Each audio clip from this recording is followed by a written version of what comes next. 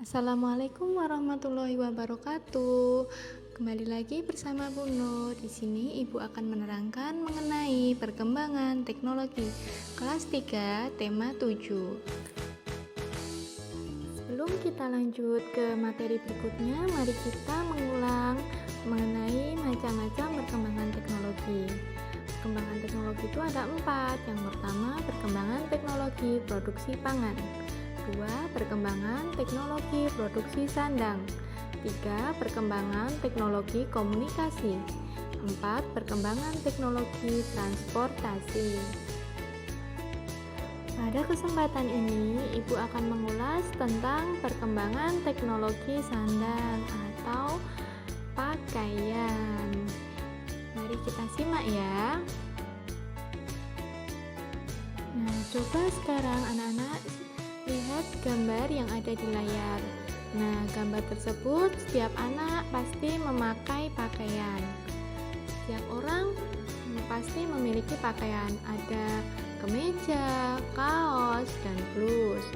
Ada celana panjang, celana pendek, dan rok. Mereka mengenakan pakaian untuk melindungi tubuh dari udara dingin dan udara panas. Sekarang mari kita kenali bahan-bahan dasar membuat pakaian. Yang pertama ada kapas, kemudian ada bulu domba, dan ada ulat sutra. Bisa dilihat ya di gambarnya. Kapas, bahan dasar dari kapas banyak digunakan untuk pakaian sehari-hari.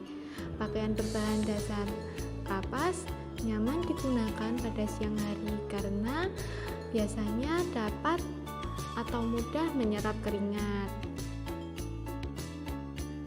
Bulu domba, pakaian berbahan dasar bulu domba biasanya dikenakan atau digunakan pada waktu tertentu.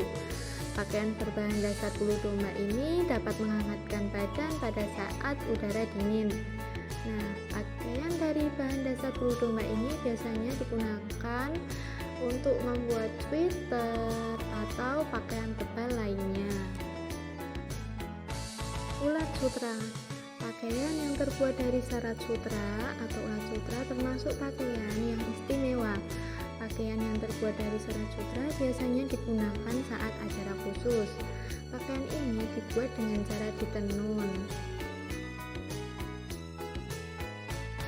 Selain 3 bahan dasar dalam membuat pakaian yang sudah Ibu jelaskan tadi, ada bahan dasar lainnya, yaitu kayu dan kulit hewan. Biasanya bahan dasar ini digunakan oleh orang-orang zaman dahulu seperti manusia purba. Pakaian mereka sangat sederhana. Satu pakaian mereka gunakan untuk berbagai keadaan, baik di musim dingin ataupun saat udara panas. Hampir semua bahan dasar pakaian terdapat di alam. Bahan dasar pakaian jumlahnya terbatas. Jadi, jagalah pakaianmu agar dapat digunakan dalam waktu yang lama. Karena Tuhan menyukai orang-orang yang menjaga apa yang dimilikinya. Mengolah bahan dasar pakaian ada 2, yaitu secara sederhana dan secara modern. Di sini Ibu akan menjelaskan mengolah bahan dasar secara sederhana terlebih dahulu. Yang pertama, daun dijemur hingga kering. Kemudian yang kedua, kayu dipukul-pukul hingga tipis. Yang ketiga, kulit hewan direndam dan dikeringkan. Nah, sekarang coba perhatikan tabel berikut. Ini adalah perbedaan cara mengolah bahan dasar secara sederhana dan secara modern. Kalau secara sederhana itu dengan menggunakan tangan, bisa dilihat di tabel. Kalau secara modern itu sudah dengan menggunakan mesin yang canggih. Berikut perkembangan cara mengolah kain menjadi pakaian. Zaman dahulu kain dijahit masih dengan menggunakan tangan. Kemudian seiring berjalannya waktu, kain dijahit dengan mesin jahit yang digerakkan dengan kaki. Seiring bertambahnya waktu waktu lagi dan semakin berkembangnya zaman dan teknologi, maka saat ini kain dijahit dengan mesin jahit yang modern dan canggih. Adalah jenis pekerjaan dalam proses membuat kain. Yang pertama, petani kapas menanam kapas, kemudian memanen, kemudian orang meminta kapas sehingga menjadi benang. Terus menenun kain hingga berbentuk kain. Orang membuat pola baju atau penjahit yang menjahit baju sehingga berbentuk baju. Setelah anak-anak mengamati gambar dan mendengarkan penjelasan dari Bu Nur, coba sekarang kerjakan tugas berikut di buku tematik. Bisa anak-anak buka di buku bos halaman 79. Coba kalian buat tabel dan isi pekerjaan serta tugas yang dilakukan dalam membuat pakaian.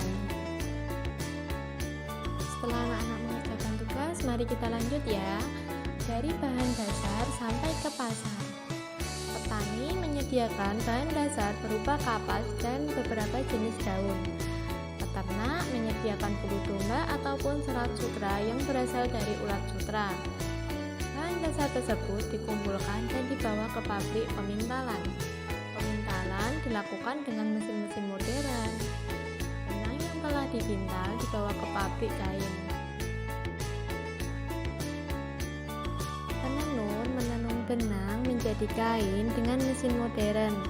Kain hasil tenunan dibawa ke tukang jahit.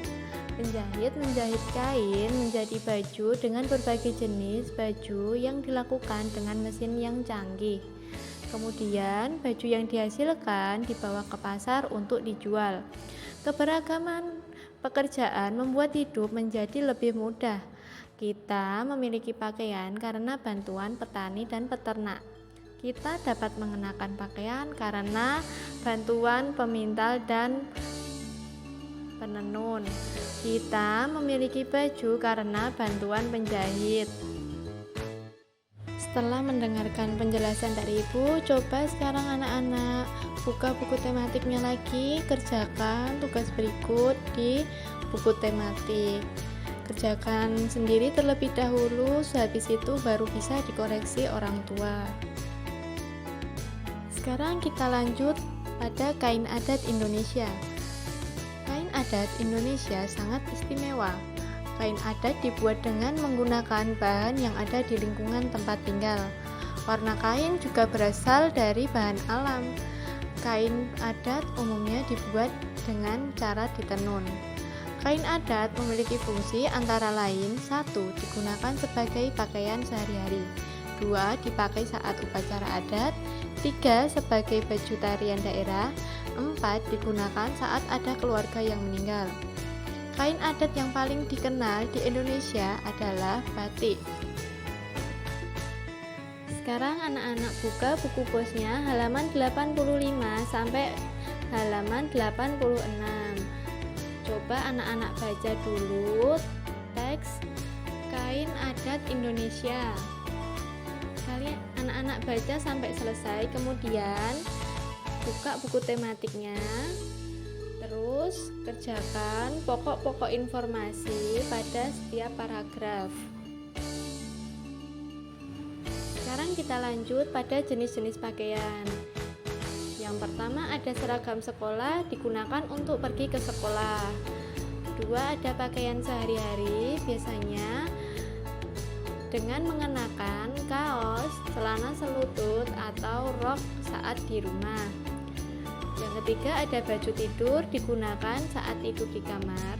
Yang keempat, baju olahraga, digunakan saat kita akan berolahraga. Yang kelima, baju hangat, biasanya ini dengan menggunakan jaket atau sweater yang tebal, digunakan saat udara dingin. Kemudian yang terakhir ada gaun, biasanya digunakan saat kita akan pergi ke pesta. Berikut adalah jenis-jenis pakaian profesi atau pekerjaan. Bisa dilihat di gambar, ini ada dokter, pilot, tentara,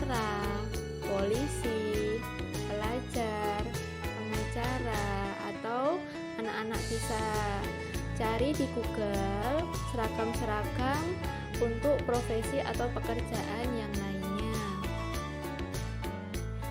Terima kasih sudah melihat video ini. Jangan lupa tugasnya dikerjakan dan semoga bermanfaat. Wassalamualaikum warahmatullahi wabarakatuh.